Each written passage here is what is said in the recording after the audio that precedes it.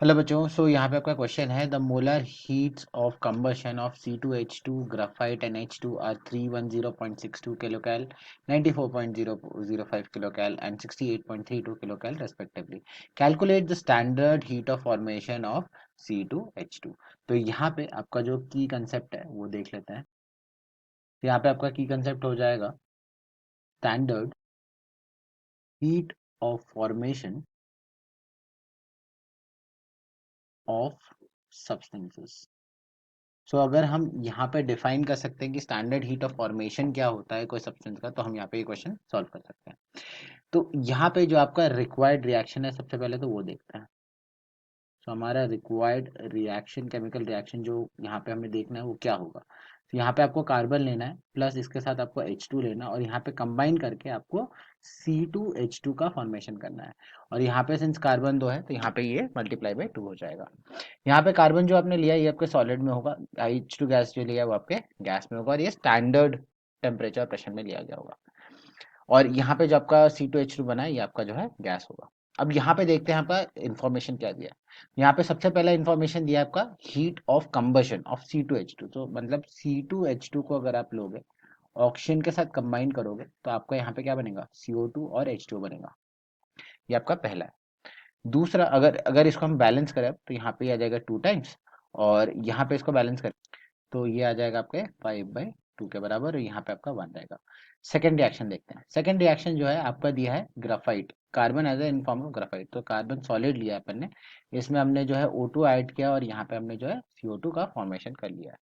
और तीसरा जो रिएक्शन है जिसका हमें इंफॉर्मेशन गिवन है वो है आपका H2 प्लस O2, मतलब combustion of H2, that is basically आपका क्या बना रहा है, H2O बना रहा है। और यहाँ पे इसको बैलेंस करने के लिए हाफ से मल्टीप्लाई कर दिया। अब यहाँ पे आपको तीनों केसेस में आपको ध्यान देना है कि यहाँ पे हम बात चल रही है कन्वर्जन कंबशन की, तो यहाँ पे जो है आपका एक्सोथर्मिक होगा। तो यहाँ पे इसका लेट्स से अपन इसको हम डेल्टा H1 कह देते हैं जो इसका हीट ऑफ कंबशन है। तो इसकी वैल्यू हो जाएगी -310.62 किलो कैल के बराबर। इसके बाद अगर हम देखें यहाँ पे delta H2, so delta H2 यहाँ पे भी कंबशन है तो इसलिए नेगेटिव के साथ आएगा और ये आ जाएगा -94.05 किलो कैल के बराबर। और सिमिलरली अगर देखें हम H3, अगर हम इसको थर्ड वाले रिएक्शन का कह देते हैं हीट ऑफ कंबशन, तो ये आ जाएगा आपका -68.32 किलो कैल के बराबर। यहाँ पे अगर हम देखें तो यहाँ पे आपका इक्वेशन देखोगे तो यहाँ कार्बन लेफ्ट हैंड साइड में है और यहाँ पे अगर नीचे भी अगर देखोगे तो वो भी लेफ्ट हैंड साइड में है। तो इसे लेफ्ट में रखना और राइट में C2H2 रखना है। तो मतलब ये आपका इक्वेशन को आपको रिवर्स करना पड़ेगा। और यहाँ पे एक और चीज आपको नोटिस करनी है, यहाँ पे T ट्वाइस है। सो दैट मीन्स यहाँ पे ये सेकेंड रिएक्शन को हमें जो है 2 से मल्टीप्लाई भी करना पड़ेगा। अब हम आगे बढ़े।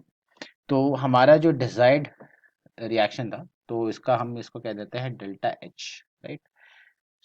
आपका जो डेल्टा H है, डेल्टा H क्या हो जाएगा, सबसे पहले तो आपका यहाँ पे C2H2 को उल्टा करना है, राइट। उल्टा कर देते तो आ जाएगा ये आपके -डेल्टा H1 के बराबर। अब हम आगे बढ़े तो नेक्स्ट वाले रिएक्शन को H2 वाले केस में हमें जो है 2 टाइम्स से मल्टीप्लाई भी करना है। ये आ जाएगा 2 टाइम्स ऑफ डेल्टा H2 के बराबर। इसके साथ साथ अगर हम थर्ड वाला देखें तो थर्ड वाला ऐसे का ऐसे ही रहेगा, H2 हमें लेफ्ट साइड में चाहिए तो ये ऐसे का ऐसे ऐड हो जाएगा। तो ये आ जाएगा आपके प्लस डेल्टा H3 के बराबर। यहाँ पे ये आपके आ गए। तो यहाँ पे आप सब्स्टिट्यूट करते हैं वैल्यू। यहाँ पे आपका जो इक्वल टू हो जाएगा 2 मल्टीप्लाइड बाई -94.05 आपका डेल्टा H2 का वैल्यू, प्लस यहाँ पे आ जाएगा आपका डेल्टा H3 -68.32 और आपका माइनस आ जाएगा डेल्टा H1।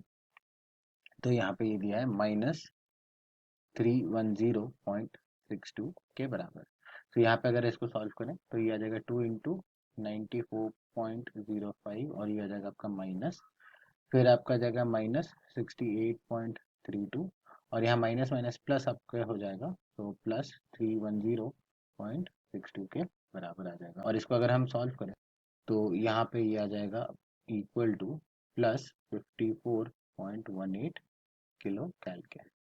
और यहाँ पे अगर हम देखें तो यहाँ पे आप कंक्लूड कर सकते हैं। यहाँ पे क्वेश्चन में देखिए क्या पूछा गया था। क्वेश्चन में पूछा गया था कि आपका स्टैंडर्ड हीट ऑफ फॉर्मेशन, तो यहाँ पे हम लिखेंगे स्टैंडर्ड हीट ऑफ फॉर्मेशन का हो जाएगा equal two plus 54.18 kilo calorie के बराबर, और ये हो जाएगा ऑफ C2H2। तो ये जो आपको फाइनल आंसर है जो हमारा यहाँ पे पूछा गया था। So I hope that you have understood the explanation of this particular question. All the best.